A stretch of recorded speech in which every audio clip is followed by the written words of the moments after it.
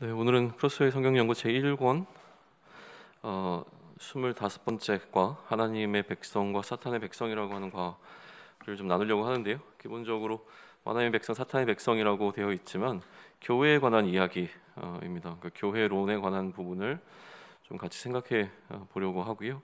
특별히 하나님의 백성과 사탄의 백성이라고 하는 이 타이틀보다는 하나님의 질서와 또 세상의 질서라고 하는 부분으로 우리가 좀 이야기를 좀 진행해 나가도록 할게요. 전체적인 내용의 구성은 이제 에베소서를 좀 참조하시면 좋습니다. 에베소서가 교회론의 가장 중요한 성경 가운데 하나이고요. 이 과도 에베소서를 중심으로 좀 쓰여져 있습니다. 에베소서를 보게 되면 이제 1장부터 3장까지 그리고 4장부터 6장까지로 크게 나눠 볼 수 있고요. 4장을 시작하는 지점에 이제 바울 선생님의 독특한 표현이죠. 그러므로라고 하는 것을 통해서 1장부터 3장까지 이야기한 것을 토대로 해서 그러므로 이제 어떻게 할 것인가라고 하는 실천적 문제를 이제 접근하는 것이 에베소서의 아주 큰 구조입니다. 에베소서를 좀 펼쳐놓고 이야기를 계속 나누면 좋을 것 같아요. 그림보다 중요한 건 이제 성경 말씀이니까 말씀을 좀 놓치지 않으셨으면 좋겠고, 일단은 4장부터 시작을 해보시죠. 4장 1절로부터 3절을 좀 보시면 이렇게 시작이 됩니다. 그러므로 주 안에서 갇힌 내가 너희를 권하노니 너희가 부르심을 받은 일에 합당하게 행하여 모든 겸손과 온유로 하고 오래 참음으로 사랑 가운데서 서로 용납하고 평안에 매는 줄로 성령이 하나 되게 하신 것을 힘써 지키라 라고 되어 있어요. 이렇게 시작을 해요. 그러니까 그러므로 앞에 이야기했던 모든 이야기들을 토대로 해서 지금 바울 선생님이 이야기를 진행하고 싶어 하는데, 그래서 권면을 하죠. 앞에 얘기했던 모든 이야기들을 토대로 내가 권면을 하나 하는데 그 권면의 핵심이 뭡니까? 3절이잖아요. 평안이 매는 줄로 성령이 하나 되게 하신 것을 힘써 지켜라. 앞에 모든 얘기를 다 하고 난 다음에 그러니까 너희는 하나 되게 하신 것을 힘써 지켜야 해 라는 이야기를 하죠. 권면의 핵심이 뭡니까? 하나됨이에요. 하나됨. 우리가 복잡하게 교회론 이렇게 표현하면 벌써 이제 신학적 냄새가 나니까 지금 바울 선생님이 에베소서를 통해서 이 서신을 통해서 에베소 교회에게 주고 싶은 권면은 뭐냐면 하나됨이라고 하는 주제라는 거예요. 너희가 하나 되어야 된다라고 얘기를 하고요. 근데 그 하나됨을 이야기할 때 3절에 보시면 어떻게 평안에 매는 줄로 성령이 하나 되게 하시는 것을 힘써 지키라라고 이야기를 해요. 자, 그러면 교회라고 하는 것은요, 하나 되는 것 자체가 목적이 아니라 이미 하나 된 것을 지켜내는 겁니다. 우리가 하나 되어야지가 아니라 이미 하나였어요. 그런데 우리가 하나 되는 것이 깨어진 거죠. 그럼 도대체 하나됨이 어떻게 깨어졌냐는 거예요. 뭐가 끊어진 거죠? 평안에 매는 줄로 묶인 것이 끊어진 것을 의미합니다. 그러면 교회 안에 하나됨이 아니라 깨어졌다라고 하는 것은, 다시 얘기하면 이 평안이라고 하는 샬롬이 없는 상태가 되어졌을 때 우리의 하나됨에 문제가 있다라고 하는 사실을 진단해낼 수 있어야 되는 거죠. 한 공동체 안에 우리 안에 마음의 샬롬이 없어졌습니까? 그럼 이미 우리 안에 이 평안에 매는 줄이라고 하는 부분이 끊어져 있다라고 하는 문제의식을 우리는 발견하게 되는 것이죠.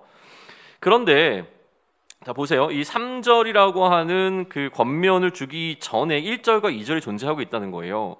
그러면 이 하나됨이라는 것이 왜 중요하고 하나 되어야 되는가에 대한 이야기를 1절과 2절에서 해주는데 뭐라고 이야기하냐면 부르심을 받은 일에 합당하게, 하나됨을 이야기하면서 부르심의 이야기를 합니다. 그 부르심을 받은 일에 어떻게 합당하게 행하라. 합당하게, 다시 얘기하면 하나 되게 하신 이유가 뭐와 연결됩니까? 이 부르심과 연결이 되고 있는 거예요. 이건 소명이죠. 하나님께서 우리를 부르신 것과 하나됨이 밀접하게 연결이 되어 있어요. 그러면 이 부르심을 받은 일에 합당하게 행하기 위하여 어떻게 해야 된다는 거예요? 그게 2절이죠. 모든 겸손과 뭐로? 온유로 하고, 그 다음에 또 뭐 어떻게 하래요? 오래 참음으로, 사랑 가운데 서로 용납하라라고 이야기하잖아요. 자, 이건 이 이슈들이 왜 등장했을까요? 아까 얘기한 것처럼 평안이 깨지는 것과 연관이 되어 있는 이슈들입니다. 그럼 겸손히 해라고 하는 것은 뭐예요? 결국 겸손이라고 하는 것은 자기를 낮추는 거죠. 자기 부인이란 말이에요. 그러니까 나라고 하는 자아를 드러내기보다는 자기 부인이 필요하다는 이야기고, 온유하다는 건 뭐죠? 온유의 반대는 뭡니까? 분노하는 거잖아요. 그죠? 우리가 어느 순간에 분노해요? 당연히 나의 어떤 마땅함이 침해받거나 뭐 이런 경우에 이제 분노하게 된다는 거죠. 그럼 이제 온유, 겸손해야 된다, 온유해야 된다라고 하는 것은 이렇게 나로 하여금 화를 불러일으키게 되어지는 어떤 많은 것들을 내가 내려놓아야 된다는 거죠. 저는 이걸 이제 권리 포기라고 이야기하고 싶은데요. 우리가 화를 내는 이유는 뭐예요? 마땅하기 때문에 그래요. 나의 마땅함이 침해받을 때 화가 납니다. 그러니까 내가 마땅하다고 여기는 것들 내려놓으면 화날 일이 없죠. 겸손이라고 하는 것은 자기 부인이고 온유라고 하는 것은 이제 권리 포기의 차원에서 좀 이해를 하면 좋을 것 같고, 이게 뭐 아주 이게 명확한 거다 이렇게 얘기하는 건 아니에요. 그러니까 조금 너무 막연하잖아요. 겸손해라, 온유해라 이런 것들이 너무 막연하기 때문에 더 구체적으로 우리에게 적용하기 위해서 좀 풀어 설명한다면, 겸손하기 위해서는 자기 부인을 해야 되고 온유하기 위해서는 나의 권리를 기꺼이 포기할 수 있어서 이 화를 좀 다스릴 수 있어야죠. 둘째는 뭐냐면 오래 참음으로 사랑 가운데 서로 용납해야 된다고 이야기를 해요. 그럼 오래 참음이라고 하는 것은 뭐냐면 결국 용납하기 위함이죠. 인내의 목적은 용납에 있어요. 우리가 이렇게 하나됨이라고 하는 것은 상대방을, 서로를 받아들이는 거에 목적이 좀 있는 거죠. 그 얘기를 하고 있는 거예요. 그러면서 이제 4절부터 6절까지 넘어가면서 뭘 강조합니까? 하나됨을 어마어마하게 강조합니다. 어떻게 강조해요? 몸도 하나고 성령도 하나고 부르심에 한 소망이 있고, 그죠? 주도 한 분이고 믿음도 하나고 세례도 하나고 하나님도 한 분이시고, 또 이 만유의 아버지시가 만유에 계시지만 만유를 통일하시고 만유 가운데 계시기 때문에 이 하나됨이라고 하는 것이 얼마나 중요한 이슈인가라고 하는 것을 무려 3개의 절을 통해서 바울은 우리가 알려주고 있는 거예요. 우리가 하나 되어야지만 하는 이유에 대한 이야기를 설명을 해요. 자, 그런데 이렇게 설명이 되어지고 난 다음에 그러면 우리는 하나 되었습니까? 지금 우리가 속해 있는 이 월간목회라고 하는 공동체는 하나 되었나요? 우리가 정말 하나입니까? 아니잖아요. 현실적으로 아니잖아요. 우리는 다 다양성이 존재를 해요. 어떻게 하나예요? 어떻게 다 그 통일성을 유지하면서 갈 수가 있어요? 우리 안에는 정말 많은 다양성이 존재하고 그 다양성의 이슈가 우리로 하여금 때로는 이 평안의 끈을 끊어버리게 되어지는 일들도 발생하잖아요. 왜냐하면 서로 다르니까요. 그럼 이 다름의 이슈가 분명히 존재하고 있는 공동체 안에서 하나됨에 대한 이슈를 이처럼 강조해낸다면 무언가 여기에 더 이제 부가적인 설명이 필요하겠죠. 그래서 바울은 이 다양성에 대한 이해를 먼저 시킵니다. 우리 안에 존재하고 있는 이 다양성이 왜 필요한가, 왜 있는가, 현실적으로 우리 안에 왜 이런 차이가 존재하는가라고 하는 것을 설명할 때 뭐라고 설명하냐면, 이제 그림을 한번 보시죠. 여기 보시면 선물꾸러미가 있습니다. 그죠? 이 선물 때문이라고 이야기를 해요. 하나님께서 각각 개인들에게 선물을 주셨는데 이 선물이 다르기 때문이라는 거예요. 그래서 하나님께서는 그 필요에 따라 어떻게 하셨냐면 11절을 먼저 보실까요? 그가 어떤 사람은 사도로, 어떤 사람은 선지자로, 어떤 사람은 복음 전하는 자로, 어떤 사람은 목사와 교사로 삼았으니, 그러니까 교회 안에 어떤 다양성이 존재하는 것을 이 선물이라고 하는 개념으로 이제 설명하면서 이 다양성을 먼저 얘기를 하고, 다양성을 이야기하기 위해서 그 앞에서 11절의 다양성을 이야기할 때 그 앞에서 7절로 다시 올라갑니다. 뭐라고 얘기하냐면 우리 각 사람에게 그리스도의 선물의 분량대로, 이게 뭐 분량이 많은 게 좋다 나쁘다는 이야기가 아니에요. 각자에게 맞춰진 그 분량대로 하나님께서 어떻게 하셨다는 거예요? 은혜를 주셨다는 거예요. 그리스도의 선물의 분량대로 은혜를 주셨나니, 그러면서 이 모든 것을 선물이라고 하는 개념으로 설명을 합니다. 참 이쁜 표현인 것 같아요. 그러므로 이르기를 그가 위로 올라가실 때 사로잡힌 자들은 사로잡으시고 사람들에게 선물을 주셨다 하였더라. 그러니까 예수님께서 승천하시고 난 이후에 우리에게 선물을 주셨죠. 그 선물이 뭐냐면 성령의 선물이죠. 성령. 그래서 이것을 합쳐서 뭐라고 하냐면 이제 성령의 은사라고 이제 부르는 거잖아요. 이 선물을 주신 이유가 뭐냐는 거예요. 9절과 10절에서 설명을 하죠. 올라가셨다 하셨은즉 땅 아래 낮은 곳으로 내리셨던 것이 아니면 무엇이냐. 내리셨던 그가 곧 모든 하늘 위로 오르신 자니 이는 어떻게 만물을 충만하게 하려심. 충만. 선물을 준 이유가 등장합니다. 우리에게 선물을 왜 주셨어요? 하나님 그리스도께서 이 땅에 계시다가 올라가시고 난 이후에 이제 우리에게 이 선물을 주셨는데 이 선물의 목적은 뭐냐면 모든 만물을 어떻게 하기 위하여? 충만하게 하기 위하여라는 거예요. 이 충만의 목적을 위해서 선물을 주셨다는 것이죠. 그래서 이 충만하게 함에 대한 다른 설명이 11절과 12절에서 계속 설명이 되는 거예요. 그가 어떤 사람은 사도로, 어떤 사람은 선지자로, 어떤 사람은 복음 전하는 자로, 어떤 사람은 목사와 교사로 삼았으니 이는, 이 충만함의 설명입니다. 충만함이 도대체 뭐냐? 성도를 온전하게 하는 것이다. 그리고 봉사의 일을 하게 하며 그리스도의 몸을 세우려 하심이라 라고 되어 있어요. 그러니까 이 충만이라고 하는 것은 결국 뭐냐면 그리스도의 무엇을? 몸을 세우는 것이라고 설명하는 것이죠. 그죠? 그리스도의 몸을 세우기 위해서 뭘 해야 된다고 해요? 성도를 온전하게. 그럼 이제 온전하지 않다라고 하는 게 전제가 되어 있다는 거잖아요. 자, 그러니까 우리는 이 충만이라고 하는 이슈를 통해서 뭘 얘기할 수 있냐면 충만한 것과 충만하지 않은 것을 좀 구별해 내야 됩니다. 그래서 이 충만한 것을 무엇이라고 했냐면 하나님의 질서라고 부르고 싶은 거고요. 충만하지 않은 것을 세상의 질서라고 부르고자 하는 거예요. 요즘 우리에게 좀 맞춰서 설명을 하는 겁니다. 왜 그렇게 설명하는지를 말씀을 드리죠. 이제 13절로 넘어가 보시죠. 우리가 다 하나님의 아들을 믿는 것과 아는 일에 하나가 되어 온전한 사람을 이루어. 이게 충만한 상태죠. 그리스도의 장성한 분량이 충만한 데까지 이르리니. 이게 이제 우리가 해야 되는 목표 지점이라는 거예요. 이게 그리스도의 장성한 분량에 우리가 이르러야 돼요. 어떻게? 하나님의 아들을 믿는 것과 아는 일에 하나가 되어 온전한 사람을 이루어 그리스도의 장성한 분량이 충만한 데까지 이르리니. 그러면 이 충만하지 않은 상태에 대한 설명이 그 다음에 이어지죠. 이게 세상의 질서인데 이는 우리가 이제부터 어린 아이가 되지 아니하여 미숙하다는 얘기예요. 그죠? 충만하지 않은 것은 미숙함의 이야기입니다. 사람의 속임수와 간사한 유혹에 빠져 온갖 교훈의 풍조에 밀려 요동하지 않게 하려니라. 이게 뭐냐면 사람의 속임수와 간사한 유혹, 이게 세상의 질서라는 거예요. 그죠?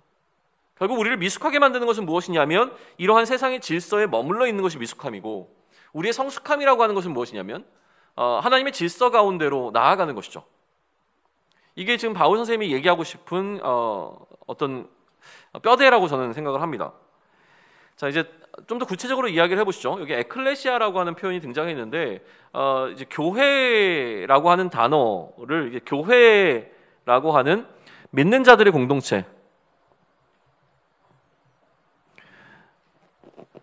공동체를 부르는 표현이 교회가 되었잖아요. 이 교회라고 하는 이 믿는 자들의 공동체를 부를 때 에클레시아라고 불렀단 말이에요. 근데 에클레시아라고 하는 말이 믿는 자들의 공동체를 부르기 위해서 탄생한 신조어가 아니었다는 거죠.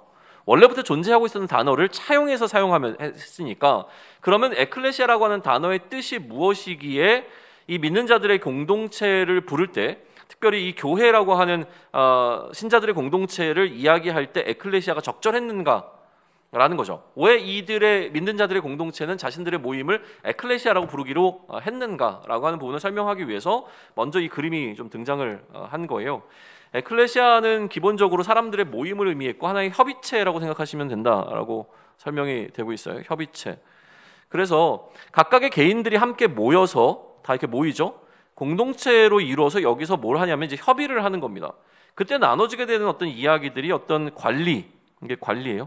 관리를 임명하거나 아니면 전쟁에 관한 이슈를 다루거나, 이거는 뭐 기본적으로 뭐 재정에 관한 문제를 논의하거나, 이거는 뭐 건축이나 뭐 이런 어떤 이슈들을 다룰 때 개개인들이 함께 모여서 협의체를 이루고 이 안에서 논의를 하고 또 투표를 해서 결정을 했다는 것이죠.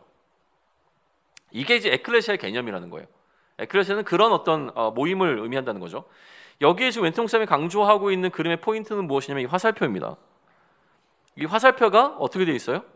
양방향으로 되어 있습니다. 그래서 단순히 모여서 의사를 결정하는 것뿐만이 아니라 이렇게 결정된 사항을 어떻게 다시 각자의 삶의 자리로 끌고 가는 것. 아이고, 어디까지 갔어요? 네, 각자의 자리로 끌고 가는 것, 이게 이제 화살표의 반대 방향이라는 거죠.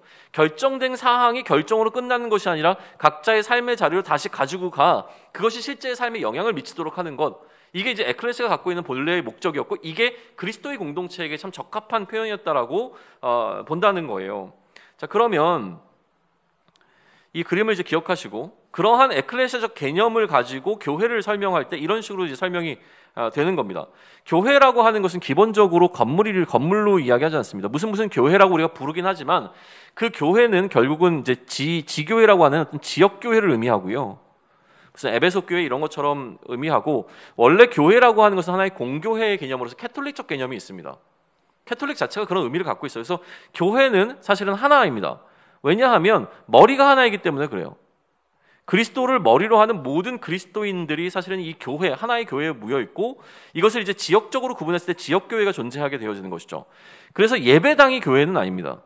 우리는 흔히 뭐 예배당 예배 이제 확실히 구별하려고 하죠. 예배당.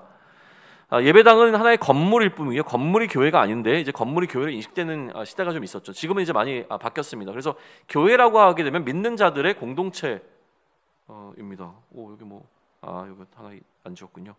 네, 그렇게 되어 있습니다. 그래서 결국 중요한 건 뭐냐면 믿는 자들이 모여 있는 그 모임이라고 하는 자체가 이제 교회를 의미하게 되어지고 더 큰 의미로 보게 되어지면 교회는 결국 그리스도를 머리로 하기 때문에 모든 믿는 자들이 하나의 교회이다라고 설명을 할 수가 있는 거죠. 그런데 이러한 교회를 이루고 있는 성도들이 각각의 삶의 자리, 이게 이제 어떤 직업적인 표현으로 이 그림들이 그려져 있거든요. 이거는 뭐예요? 모르겠어요. 이거는 뭐 연구하는 것 같고, 이거는 약간 청소 느낌 나는데, 이건 농부일 것 같고, 이건 뭐 산업, 이건 뭐 예술, 음악 뭐 이런 거겠죠? 이거는 뭐예요? 첫 번째 거는? 아무튼 뭐가 있나 보죠. 그죠? 그리고 이제 여기다가 이제 자신의 직업을 그려놓으라 이렇게 하는데, 저는 사실 직업이 헷갈리게 우리를 만든다고 생각합니다. 직업이라기보다 그냥 나의 삶의 자리라고 보시면 될 것 같아요. 왜냐하면 직업이 없는 사람도 있고요. 직업만이 그러니까 우리의 삶의 자리를 가장 대표하는 것이 무엇이냐는 거예요. 그걸 이제 그림으로 만들면 뭔가가 되겠죠. 그러나 나의 삶의 자리를 이야기할 때 나의 정체성을 가장 잘 드러내주는 것을 이야기할 수는 있겠지만, 기본적으로 이 모든 것은요, 내가 위치하고 있는 모든 삶의 자리를 의미를 합니다. 그거는 뭐 직장과 가정과 또 다른 내가 속해 있는 어떤 그룹들, 모든 것들을 다 포함할 거예요. 국가 뭐 이런 것들도 다 포함하겠죠. 아무튼 그런 개념으로 보셔야 될 것 같습니다. 그래서 각자의 삶의 자리에 놓여 있다가 이들이 모이죠. 모여서 그리스도의 질서를 중심으로 모여 있는 이제 공동체를 이루게 되는 거예요. 그래서 이 모여야 되는, 그러니까 각자가 각자의 삶을 사는 게 아니라 모임이 필요한 이유에 대해서 요즘 또 이 코로나 시대를 살아가면서 많은 질문들이 나오기는 하죠. 두 가지로 일단 설명은 가능한데 나중에 결론 부분에서 이야기를 하기로 하고요. 일단은 모이는 것 자체는 뭐 예배를 위한 것은 분명합니다. 공동체의 어떤 예배의 필요성들이 있고요. 그다음에 공동체적 사역을 위해서 모이는 것은 필요해요. 아까 얘기한 것처럼 이 안에서 또 나름대로 협의를 통해서 그것이 각자의 자리로 흘러갈 수 있도록, 혹은 이제 예배를 통해서는 그리스도가, 그러니까 하나님께서 주시는 그 하나님의 뜻이 우리 각자의 삶 가운데로 잘 흘러갈 수 있도록 하는 게 목적이고, 또 이 안에서 우리가 함께 결정한 것들이 각자의 삶 가운데서 실천적으로 이루어지는 것들은 다 기본적으로 우리가 이야기해야 될 부분이긴 한데요. 그럼에도 불구하고 이제 나중에 우리가 왜 오프라인으로 모여야 되는가라고 하는 부분에 있어서는 제가 설명하는 방식으로 결론 부분을 다시 한번 설명을 좀 드리도록 할게요. 포커스는 그렇다고 해서 모이는 것에만 있지 않습니다. 결국 모여야 되는 이유는 뭐냐면 흩어지기 위함이라고 하는 거죠. 이게 요즘 이야기하는 이제 선교적 교회이죠. 흩어짐을 위해서 이제 모여야 된다라는 이야기를 해요. 그럼 이제 중요한 건 뭐냐면, 우리는 이제 왜 모여야 하는가에 포커스를 두기보다 우선은 흩어져야 되는 것에 더 포커스를 더 보자고요. 흩어져야 되는 거예요. 각자의 삶의 자리를 주셨고 그 삶의 자리에서 각자의 분량대로 우리가 맡아서 해야 되는 어떤 역할들이 존재한다라고 하는 거죠. 흩어지는 이유에 대해서 여기 있는 사람이 어떻게 하고 있습니까? 두 팔을 벌려서 위로 향하고 있죠. 이게 이제 하나님의 영광을 돌린다라고 하는 이제 표현인데, 영광은 뭐라고 말씀드렸어요? 하나님의 뜻을 이뤄내는 것이 영광을 돌리는 거죠. 그러니까 각자의 삶의 자리에서 하나님의 뜻이 나의 삶에서 이루어지도록 애쓰는 것, 이 흩어짐의 이유라는 거예요. 흩어지는 것은 무엇이냐면 결국 흩어져서 하나님의 뜻이 내가 머무는 그곳에서 이루어지도록 내가 행하는 것, 이게 흩어짐의 이유가 된다는 거죠. 그런데 세상의 질서는 좀 달라요. 세상의 질서는 아까 같은 그림이지만 이 세상의 중심에 뭐가 있냐면 예수 그리스도의 어떤 그 복음이 놓여 있는 것이 아니라 뭐가 있습니까? 딱 보기에도 무서운 사탄이 좀 놓여 있죠. 사탄이라는 표현을 잘 안 쓰니까 이제 이 부분을 뭔가 좀 사탄이라고 하게 되면 내가 최소한 사탄에 매여 있는 사람은 아니니까 좀 우리로 하여금 오히려 이 사탄이라고 하는 강화된 표현이 나는 괜찮은 것처럼 여겨지지만, 사실 이게 하나의 세상의 질서라고 얘기를 한다면, 하나님의 질서가 아닌 그 모든 것들은 세상의 질서라고 본다면 그게 이제 사탄적인 요소인 거죠. 그렇게 봤을 때 나도 모르게 내가 사탄과 타협하고 있는 부분이, 세상의 질서와 타협하고 세상의 질서를 따르고 있는 부분이 결국 사탄과 타협하고 있는 부분이라고 하는 것을 깨닫는 것에는 또 구약적인 개념으로 이야기하면 내가 우상을 섬기고 있는 것이라고 하는 것을 깨닫는 것은 그렇게 어려운 일이 아닙니다. 그러니까 오히려 우리는 이 부분을 더 심각하게 좀 신중하게 생각을 해야 될 것 같아요. 그러면 아까 얘기한 것처럼 동일한 그림인데 그 중심에 이제 사탄이, 다시 얘기하면 세상의 질서가 놓여 있다라고 하는 것은 무엇이냐면 이 그림으로 설명이 되어집니다. 세상의 질서는 결국 나 중심입니다. 나의 기쁨과 나를 위해서 움직이게 되어져요. 너를 위해서 하는 것, 너에게 가장 유익이 되는 방식으로 살아가라라고 하는 이야기가 세상이 우리에게 들려주는 지혜입니다. 그 얘기가 나를 위한 것이기 때문에 굉장히 혹하는 거예요. 세상의 모든 이야기는 내가 어떻게 하면 더 잘 살 것인가, 내가 어떻게 하면 더 행복할 것인가라고 하는 이야기를 들려주는 것에 포커스가 맞춰져 있어요. 그 이야기밖에 사실 안 합니다. 좀 게으르면 어때? 네가 좀 편하면 돼. 너 하고 싶은 거 다 해. 수고해서 너를 위한 선물을 좀 줘. 네가 좀 누려도 돼. 이런 이야기들 계속 한단 말이에요. 좀 게으르면 어때? 막 하마터면 열심히 살 뻔했어. 막 이런 이야기들 하잖아요. 그러니까 이게 세상이 우리에게 주고자 하는 어떤 지혜란 말이에요. 뭐 그렇게 아둥바둥 살아? 뭐 이런 얘기들을 하거나 아니면 돈을 더 많이 벌어야지 왜 그런 식으로 시간을 잘못 사용하고 있는 거야? 이런 이야기들을 한단 말이에요. 세상의 원리인 것이죠. 세상의 원리는 결국은 나이고요. 그렇기 때문에 굉장히 매력적입니다. 생각보다 너무너무 매력적이에요. 그렇죠? 그리고 이 세상의 질서는 기본적으로 어떻게 하냐면 나로부터 출발해서 나에게로 돌아옵니다. 그러니까 이것을 어떻게 하냐면 나를 충족시키는 방식이에요. 아까 우리가 충만케 한다는 이야기를 했잖아요. 충만의 개념이 좀 다릅니다. 나 스스로를 충족시키는 방식이에요. 내가 나를 충족시키죠. 내가 원하는 것을 채워요. 그러니까 나의 부족함이 이슈가 됩니다. 내가 부족하게 여기는 것들을 어떻게 하면 채울 수 있을까? 그래서 더 많이 채우면 채울수록 잘했다라는 평가를 받게 되어지죠. 이 부족함을 얼마나 더 많이 채울 수 있는가가 우리 인생의 목적이 되어집니다. 그런데 그리스도의 질서는요, 완전히 이거죠. 이게 계속 압박을 하는 거예요. 뭐 이런 수많은 것들을 통해서 내가 해야 될 것들을 계속 나에게 푸시하죠. 그리고 이 모든 것들이 나에게 들어와야 해요. 그래서 내 것이 되어야 되는 것, 이게 이제 인생의 우리 목적입니다. 그렇죠? 원래 그림이 그 의도가 아닐 수 있어요. 그래서 저는 이제 그렇게 해석을 하는 겁니다. 나에게 나름대로 어떤 명예도 있어야 되고요, 내가 여가생활도 있어야 돈도 있어야 되고, 뭐 이런 겁니다. 그렇죠? 이렇게 살아가는 게 우리의 삶의 목적이에요. 한번 돌아보십시오. 나의 삶의 목적이 어디에 있습니까?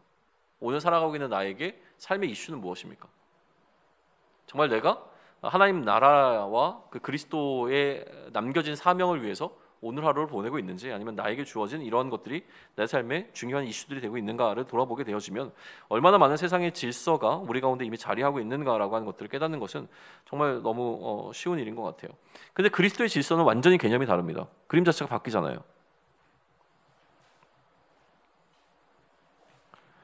그리스도의 질서는 뭡니까? 그리스도가 머리예요. 그래서 이 머리의 명령을 따라 이제 움직이게 되는 모든 것이에요. 그리스도의 뜻이죠. 그러니까 나 중심적이지 않습니다. 그리스도 중심적이에요. 그리스도가 원하는 것들, 그리스도의 필요들을 채우는 방식으로 우리가 움직이죠. 그러면 약간 불편할 수 있어요. 왜 그렇게 해야 되는 거죠?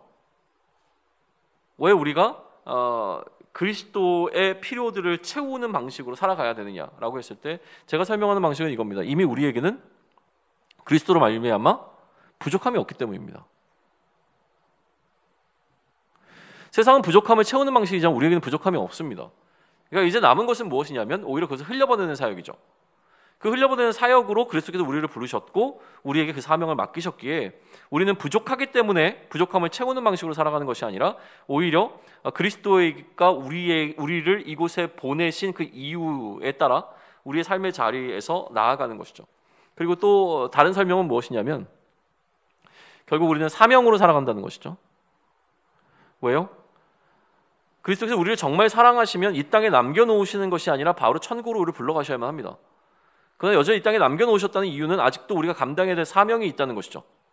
그러니까 사명으로 살아가는 자들에게 그러면 중요한 것은 무엇이냐면 그리스도께 나에게 무엇을 맡기셨는가가 더 중요한 거잖아요. 내가 이 땅에서 무엇을 할 것인가가 중요한 게 아니라 결국은 그걸로 이제 평가받게 될 것이니까요.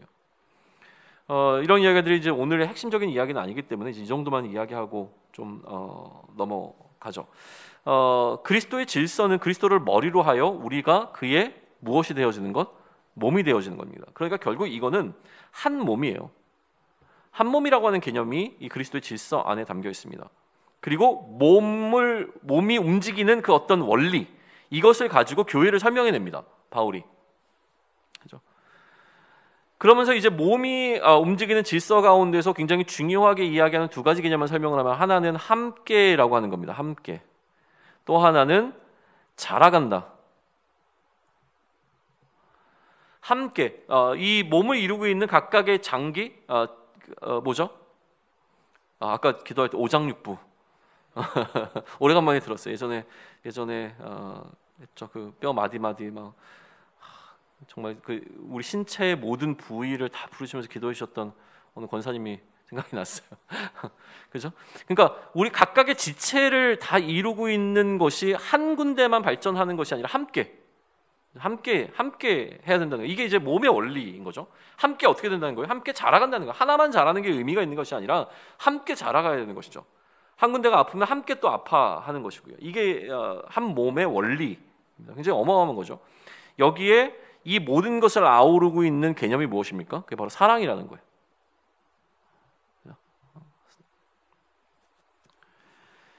그러니까 함께라고 하는 것은 결국 이제 내가 있는 자리에서 우선은 최선을 다하는가라고 하는 것부터 해야죠. 내가 하는 것에 최선을 다하는 것을 통해서 결국 나는 내 역할을 감당하는데, 내가 하고 있는 역할에 최선을 다하는 것이 아까 얘기한 것처럼 나를 위하는 것이 아니라 뭐를 위하는 거예요? 다른 지체들을 위하는 것이다라고 하는 이 어마어마한 차이가 있는 거죠. 내가 살고 있는 이 최선이, 세상이 이야기하는 것은 나에게 포커스가 맞춰져 있습니다. 너를 위해서 최선을 다해라고 얘기해요. 그러나 그리스도의 몸이라고 하는 이 개념 속으로 들어오면 각각의 장기가 최선을 다해서 일하는 이유는 뭐예요? 심장이 최선을 다하는 이유는 뭐예요? 자기 자신이 잘 먹고 잘 살기 위한 게 아니에요. 모든 다른 장기들이 잘 살 수 있도록 섬기는 거란 말이에요. 그러니까 이 섬김의 개념이 이 안에 확 들어와 버립니다. 그리고 이 교재에서 강조하는 포인트가 사실은 섬김에 있죠. 섬기기 위해선 채움이 목적이 아니라 뭐가 목적이 되어야 되냐면 내어줌이 목적이 되어야 됩니다. 섬김은 내어줌이에요. 그러니까 세상은 취하라고 이야기하지만 그리스도의 질서는 뭐라고 얘기합니까? 내어주라고 얘기해요. 취함이 아닌 내어줌이라고 하는 원리가 여기 들어옵니다. 또 하나 중요한 원리는 뭐라고 했어요? 그렇게 함께함이라고 하는, 취함이 아닌 내어줌을 통해서 서로가 함께 공동체를 이루는데, 그 공동체가 어떻게 해요? 자라간다는 거죠. 자라간다는.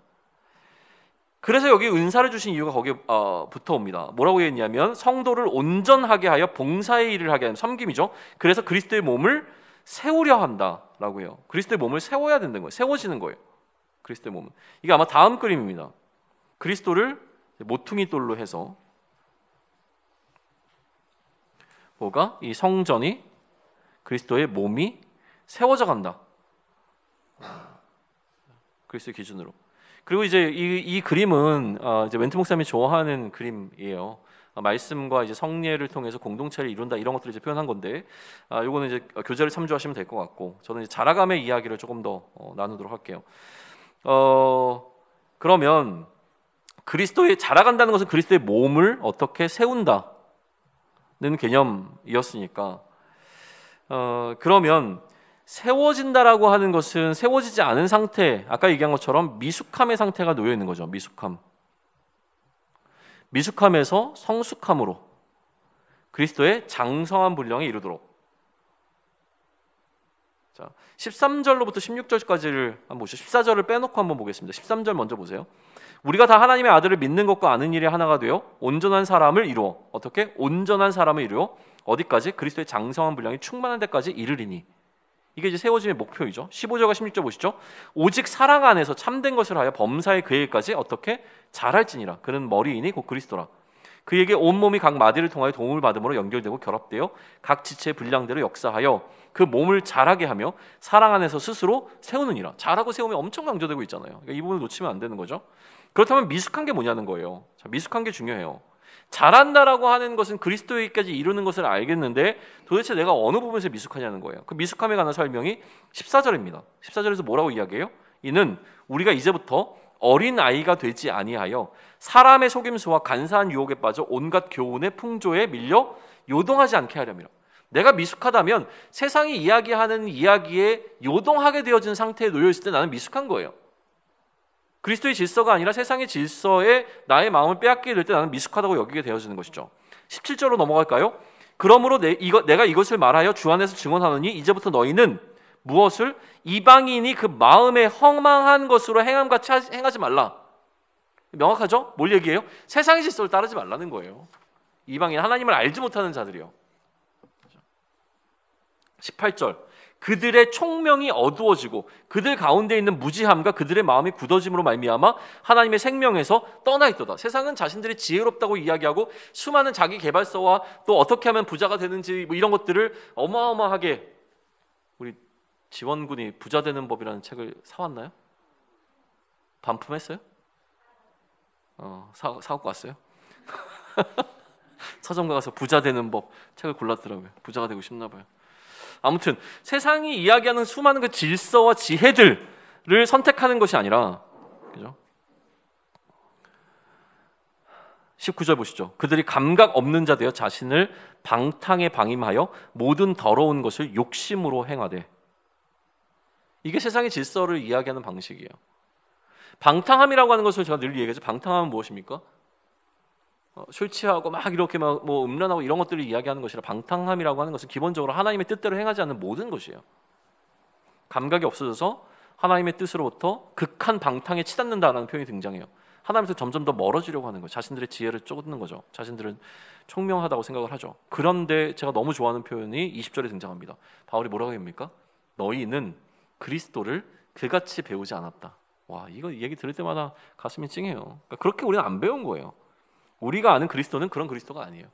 우리에게 그리스도는 그런 존재가 아닙니다. 세상이 이야기하는 방식으로 설명될 수 있는 존재가 아니에요. 우리는 그리스도를 그렇게 배우지 않았습니다. 그러니까 이제 명확하죠. 어떻게 얘기하는 거예요? 이 하나됨을 이슈를 이야기하면서 아까 얘기한 것처럼 이제 우리가 서로 섬기고 또 세워져 가야 된다라고 하는 거죠. 세우는 것의 그 끝 지점에는 장성한 분량이, 성숙함이 있는 건데, 미숙함은 무엇이에요?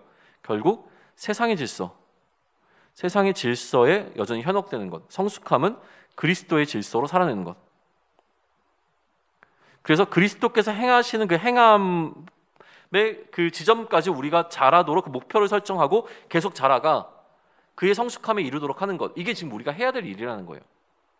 그럼 도대체 어떻게 하면 되는데요? 라는 이야기를 하니까 바울이 5장과 6장에서 이렇게 한번 해봐라고 설명을 하는 겁니다. 자, 그러니까 이런 거예요. 자, 그러면 알겠어요. 그러면 그리스도의 질서대로 어떻게 살면 돼요? 너무 어려워요. 라고 하면서 에베소서 5장과 6장을 살펴보지 않는다면 그건 굉장히 말도 안 되는 일이에요. 5장과 6장을 면밀하게 살펴보고 5장과 6장에서 이야기하는 그 원리들을 우리 삶에 어떻게 적용할 것인가를 고민을 해야죠. 아까도 얘기했지만 이제 최선을 다해서, 저는 이거를 요약하자면 최선을 다해서 살라는 이야기예요. 우리가 주어지는 삶 속에서. 그런데 그 최선 자체가 나를 위한 것이 아니라는 거죠. 어떻게? 이웃을 위한 삶을 살게 되어지는 거예요. 다른 사람들을 위해서. 근데 이처럼 그리스도의 질서로 살아내는 것이요, 얼마나 어려운지 바울이 5장과 6장에서 막 이 설명들을 다 하고 난 다음에 맨 마지막에 무슨 얘기를 하는지 한번 보세요. 6장으로 넘어가실래요?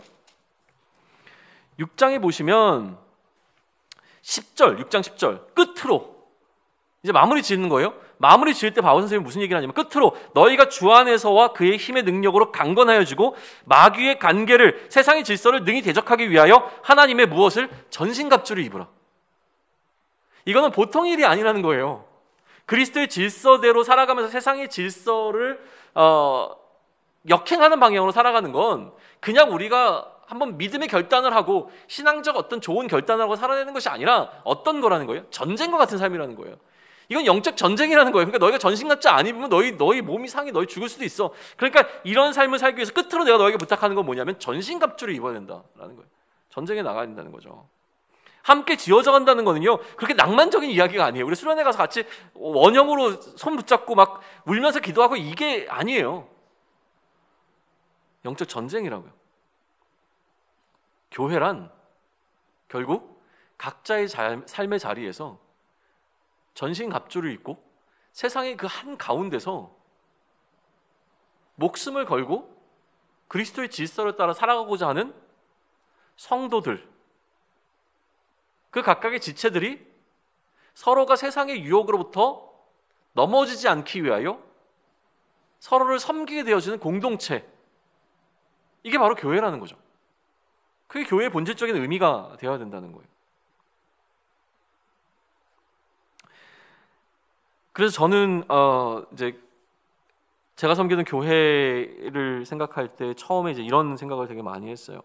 우리의 각자의 삶에, 우리 교회에 모여서 어떻게 이 주일을 우리가 행복하고 의미 있게 보낼 것인가에 포커스를 두는 것도 중요하지만 우리의 이 전쟁 같은 일상을 살아내는 것이 훨씬 더 중요하다. 우리의 일상은 전쟁 같지 않다. 이게 이제 포커스였어요. 그럼 어떻게 우리가 일상을 그리스도의 질서로 살아낼 것인가, 이거를 고민하자라고 이제 시작을 한 겁니다.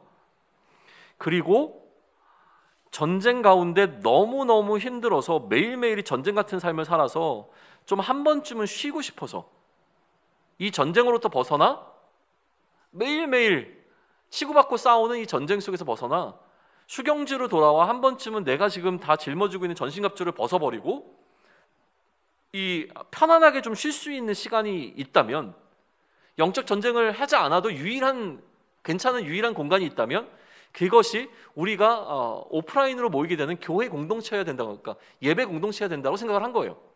왜냐하면 거기는 영적 전쟁을 벌이는 사람들이 모여있는 게 아니라 같은 결을 갖고 있는 그리스도인들이 모여있는 공동체잖아요. 그러니까 세상과 치열하게 싸움하다가 주일날이든 언제든지 교회에 와서 믿는 자들과 함께 모여있으면 그 자리는 싸워야 되는 자리가 아니라 서로 위로하고 안식해야 되는 자리예요. 이 사람들 앞에서는 내가 영적 갑옷을 벗어도 괜찮은 자리가 돼야 되는데 오히려 우리는 어떻게 합니까? 교회에 와서 치열하게 싸우죠. 세상에 가서 안식을 누리고요. 교회에서 치열하게 싸웠으니까 세상에서는 좀 편안하게 있어야죠. 이런 어떤 모순들이 우리에게 좀 존재한다라고 하는 거예요. 이 이야기를 했더니